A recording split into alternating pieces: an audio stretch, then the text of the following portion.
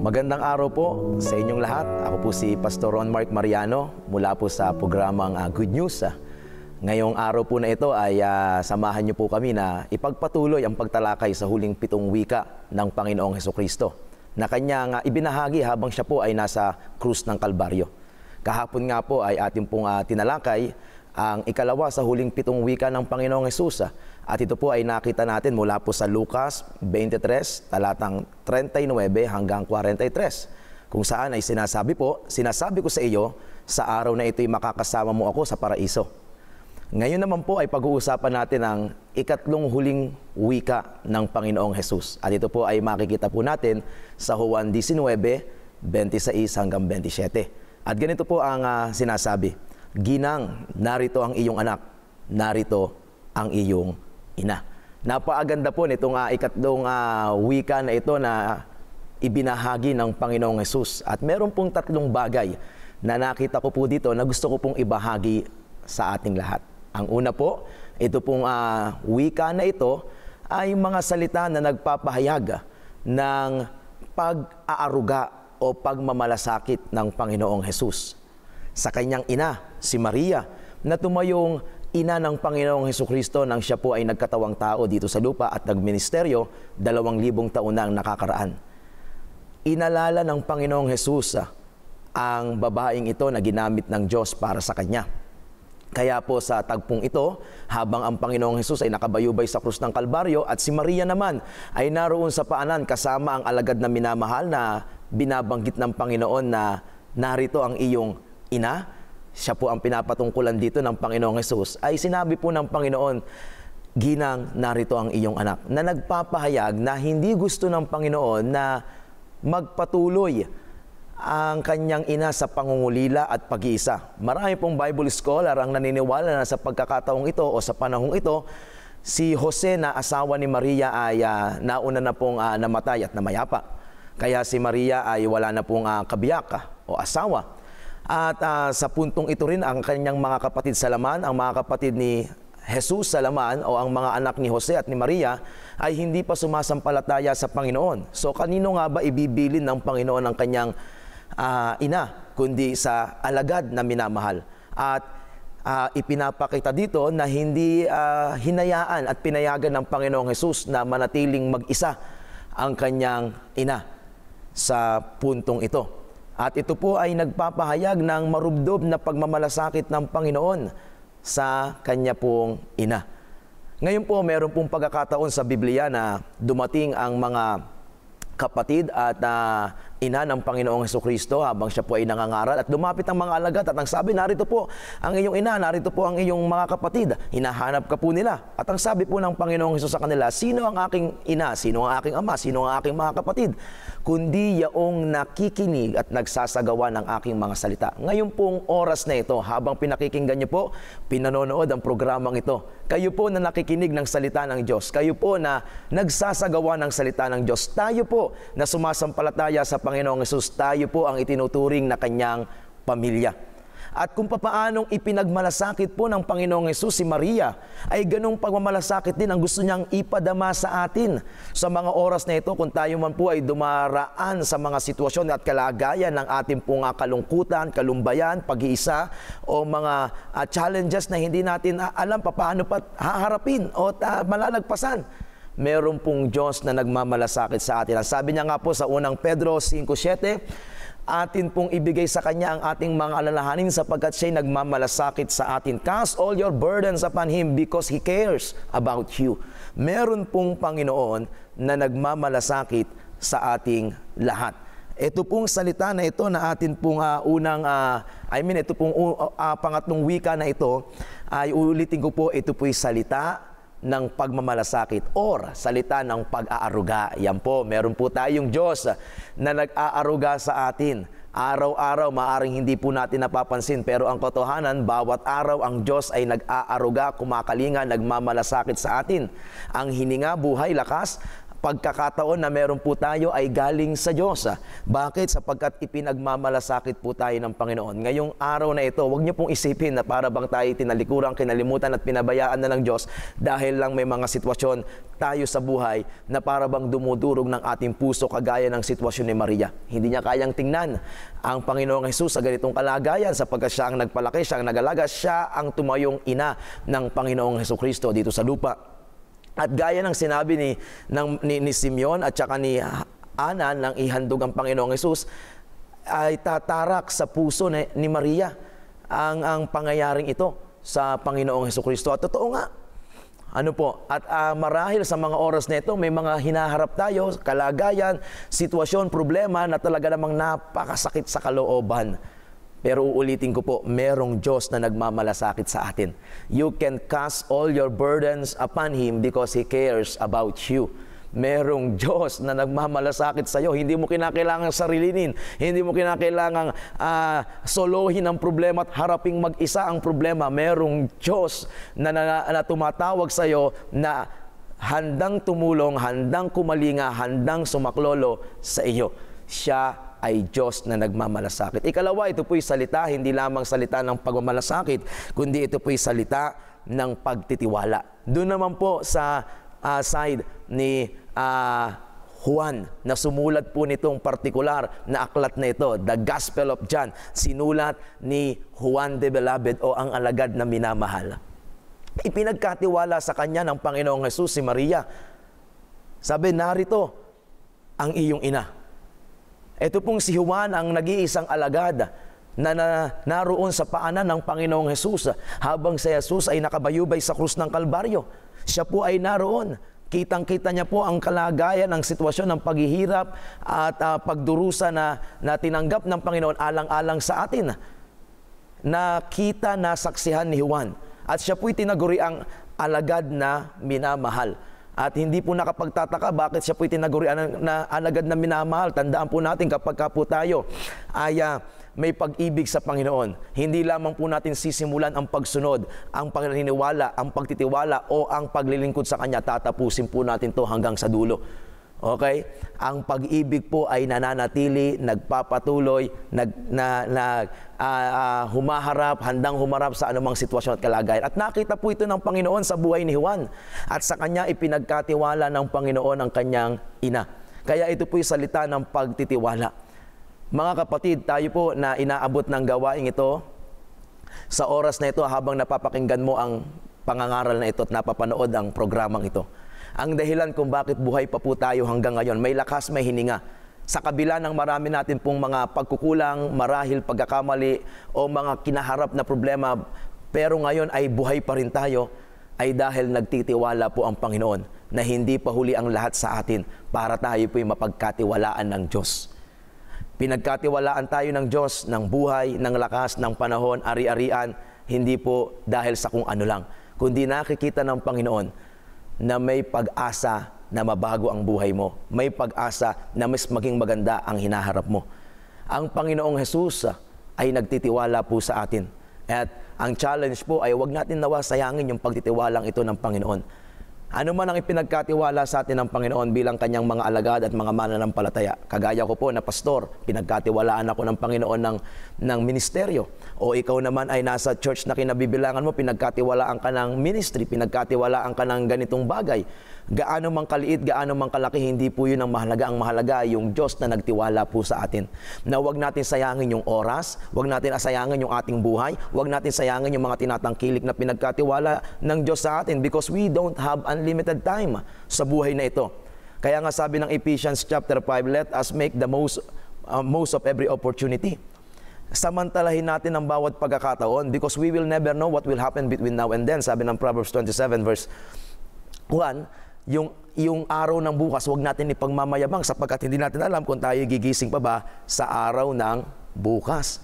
Kaya nga, merong Diyos na nagtitiwala sa atin at marapat lamang na atin namang suklian ito ng pagpapatotoo na tayo pwedeng pagkatiwalaan ng Diyos. Ang pinagkatiwalaan sa maliit ay pagkakatiwalaan sa malaki. Isipin niyo po, sa dami ng pwedeng ipagkatiwalaan ng Panginoon sa kanyang ina, pinili niya ang alagad na minamahal. At nakikita ng Panginoon sa kaibuturan ng iyong puso, meron kang pag-ibig sa Diyos. At narito ang araw na ito ay patotoo na pinagkatiwalaan tayong muli ng Panginoon ng araw, ng buhay, ng lakas at ng pagkakataon upang magawa, maingatan, mapagyaman at mapaunlad ang bagay na pinagkatiwala sa atin ng Diyos. Hallelujah! Napakabuting Diyos meron po tayo na ang isang katulad natin. Alam po natin, alam ko ang mga kahinaan ko, alam ko ang mga kakulangan ko, alam ko ang marami kong pagkakamali in the past at hanggang ngayon ang mga lapses o mga shortcomings at mga weaknesses na meron ako.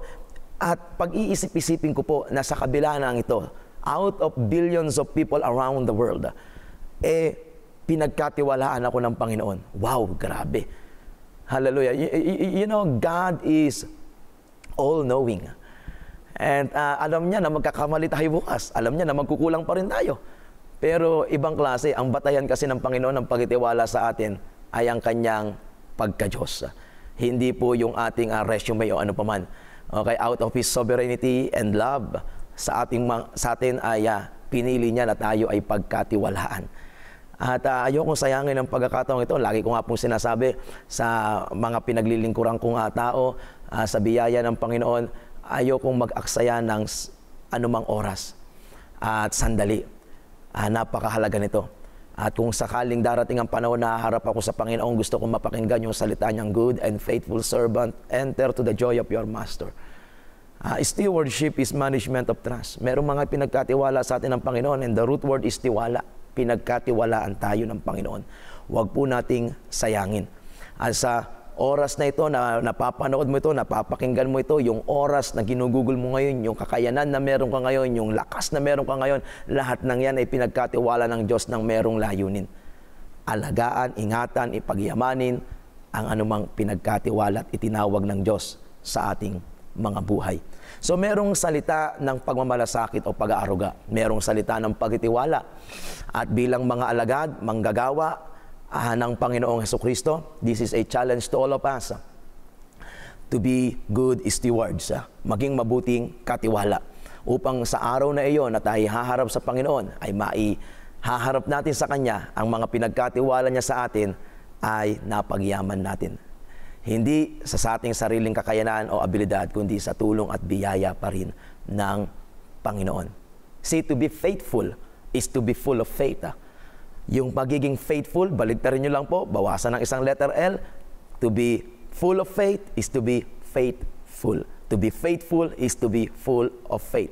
Buong pagtitiwala sa Panginoon. Sapagkat sabi niya sa Philippians chapter 1 verse 6, anumang mabuting bagay na kanyang pinasimulan sa atin ay lulubusin niya hanggang sa muling pagbabalik ng Panginoon.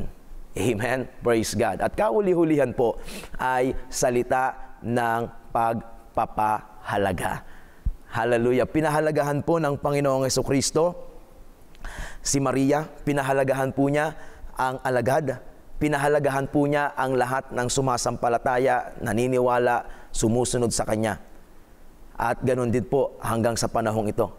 Mahalaga po tayo sa Panginoon. Bawat tao pinahahalagahan po ng Panginoon. Hindi pumayag ang Panginoon na mamuhay si Maria ng mag-isa, patuloy na mangulila, malungkot, mahapis at dumaan doon sa kalumbayan. Hindi niya rin pinayagan na ang alagad na minamahal ay maging mag-isa. Okay? Gumawa ang Panginoon ng pagpapahayag, pagpapadama ng pagpapahalaga. Alam niyo po, ngayon pong oras na ito, hindi po papayag ang Panginoon. Kung magtitiwala lang tayo sa Kanya at maniniwala, mararanasan natin ang pagpapahalaga niya sa ating buhay. Maaaring sa maraming pagkakataon, naranasan mo na hindi ka pinahalagahan. Nakadama ka ng rejection, nakadama ka ng napiling outcast ka, hindi ka itinuring o tinrato sa paraan na nararapat at pakiramdam mo wala talagang sumiseryoso sa'yo, walang nagtitiwala sa'yo, walang nagmamahal sa'yo, walang nagmamalasakit sa'yo. Ang buhay mo marahil ay larawan ng kawalang pag-asa, puno ng kalungkutan at para bang sukong-suko ka na. Maraming pagkakataon marahil nag-attempt ka na magpakalayo-layo o tapusin ang buhay mo. Pero alam nyo kung bakit hindi natuloy ang mga plano na yon at ngayon ay napapakinggan nyo po at napapanood ito? sapagkat merong Diyos na nagpapahalaga sa iyo. Pastor, bakit hindi ko po nararamdaman? Sapagkat kung gusto mong maranasan at maramdaman ng higit ang pagpapahalaga ng Diyos kaysa sa napapakinggan mo lang ngayon, kinakailangan mong pagtiwalaan siya. Kinakailangan mong magtiwala sa Kanya. Ang ating pong buhay nang likhain tayo ng Diyos, nilikha po tayo ng Diyos ng merong pong katagumpayan. Nilikha tayo ng Diyos ng merong karangalan. Nilikha po tayo ng Diyos ng merong maayos at magandang kalagayan. Pero dahil nga po sa kasalanan, ang tao ay nalayo sa Diyos. At nang malayo ang tao sa Diyos, naranasan ng tao ang lahat ng epekto at bunga ng kasalanan. Ang kasiraan, ang kasamaan, ang karamdaman, ang kalungkutan, ang kabagsakan at ang kamatayan. Pero ito po ang mabuting balita.